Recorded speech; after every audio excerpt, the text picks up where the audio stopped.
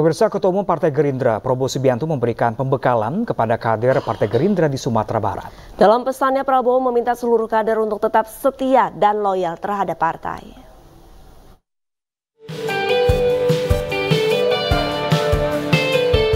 Di depan ratusan kader Partai Gerindra se-Provinsi Sumatera Barat, Ketua Umum Partai Gerindra Prabowo Subianto menekankan pentingnya kesetiaan kepada partai politik. Prabowo meminta seluruh kader untuk tetap loyal kepada partai yang telah membesarkan para kader parpol berlambang Garuda tersebut. Kesetiaan sangat penting untuk membangun partai yang bertujuan untuk mensejahterakan masyarakat. Dan kesetiaan itu yang sangat langka, terutama di elit kita. Yang saya alami, pengalaman saya, kadang-kadang semakin orang itu tinggi pangkat jabatannya dan pendidikannya, kadang-kadang semakin ada kecenderungan untuk tidak setia.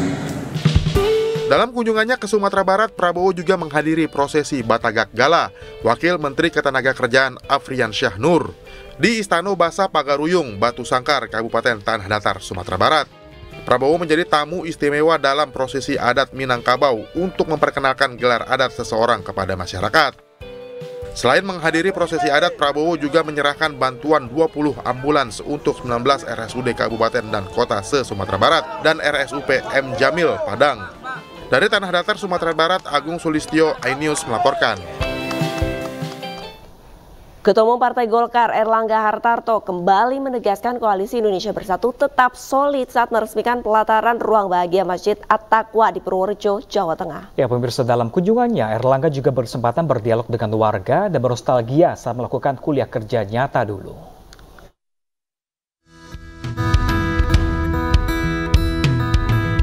Ketua Umum Partai Golkar Erlangga Hartarto menggelar kunjungan kerja ke Purworejo, Jawa Tengah.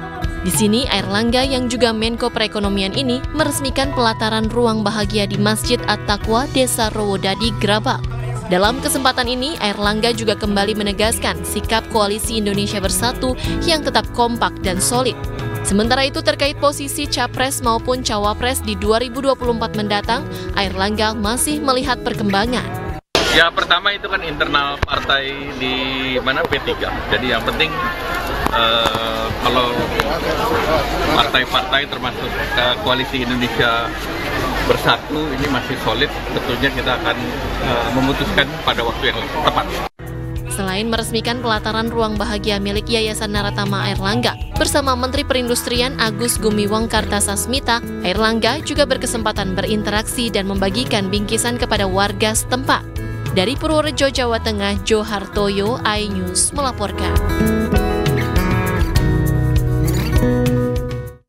Ya pemirsa, dukungan P3 terhadap Ganjar Pranowo sebagai calon presiden dianggap memiliki hubungan historis yang sangat kuat. Ganjar Pranowo mengaku tidak banyak yang berubah usai dirinya dicalonkan sebagai presiden oleh PDI Perjuangan. Kabarnya ke DPP PDIP karena hari ini ada pertemuan dengan P3 dan juga PDI Perjuangan ya Pak? Iya, siang nanti.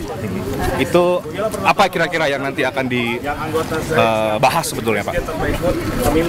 Saya kira komunikasi institusi ya antara dua partai yang akan dilakukan dan kemudian pola-pola kerjasama yang akan dibangun karena dua partai ini sudah menyatakan bahwa calon atau bakal calon presidennya adalah Ganjar Pranowo.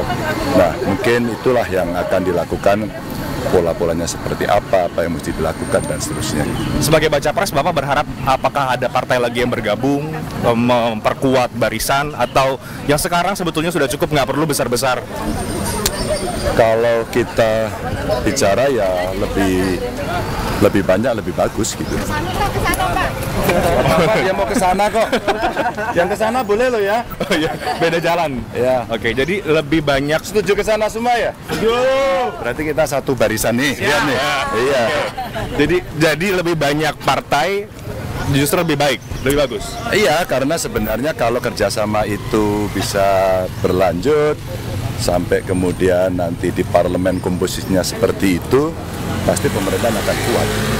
Dan republik ini cukup besar, Sehingga kalau diurus sendirian ya pasti tidak mudah. Kalau diurus bersama kan spirit gotong royong, kekuatannya, terus kemudian kebersamaannya jauh lebih baik. Pak, tentang koalisi PDIP dengan P3, banyak yang melihat bahwa ini memang punya ikatan yang cukup kuat ya. Pak Ganjar juga dianggap kemudian bukan orang baru di keluarga besar P3. Gimana Pak? Ya dengan siapapun sebenarnya, tapi dengan P3 memang punya relasi. Kan pernah Mega Bintang, ya. Pernah Mega Hamzah, ya. Wakil gubernur saya juga P3, dan memang punya relasi itu. Setidaknya ya ada cerminan para nasionalis dan religiusnya jadi satu itu. Itu beberapa kalau kita melihat dari sisi kesejarahan, tapi ke depan tentu kerjasamanya akan membuka ruang yang lebih banyak lagi. Pak Sandi itu kan dikabarkan menguat akan bergabung ke P3. Kemudian saya juga mewawancari Pak Mardiono mengharapkan bahwa memang ada duet Ganjar Sandi. Pak Ganjar oke nggak dengan nama itu?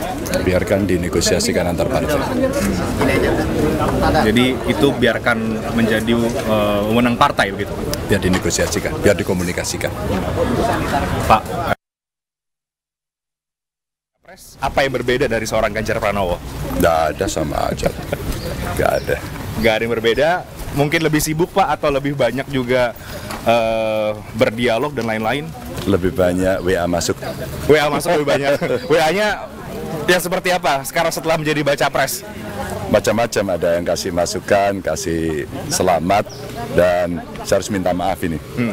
Karena 6.000 lebih WA-nya kemarin belum sempat kebalas. Oke. Handphonenya hang. Oke, 6.000 lebih, mungkin beberapa chat di antara chat saya sebetulnya Pak. Oh iya ya, aduh, berarti bener ya, saya minta maaf di depan kamera ini ya.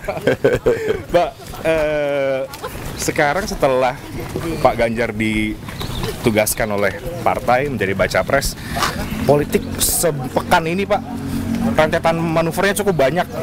Ada tanggapan dari Pak Ganjar?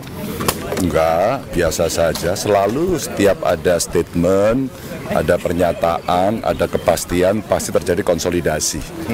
Apakah itu tentu di kami, apakah itu di partai lain, apakah itu... Dan pemirsa, saksikan selengkapnya di MNC News dalam program Talk Politik with Reinhard dan Ganjar malam ini pukul 20.30 waktu Indonesia Barat. Kita ke informasi selanjutnya pemirsa, Kota Semarang, salah satu kota bersejarah di Jawa Tengah akan merayakan ulang tahun ke-476 pada 2 Mei mendatang. Ya, pada tahun ini pemirsa, Semarang juga dinobatkan sebagai kota terbaik se-Indonesia dalam penyelenggaraan pemerintahan daerah dan status kinerja tinggi.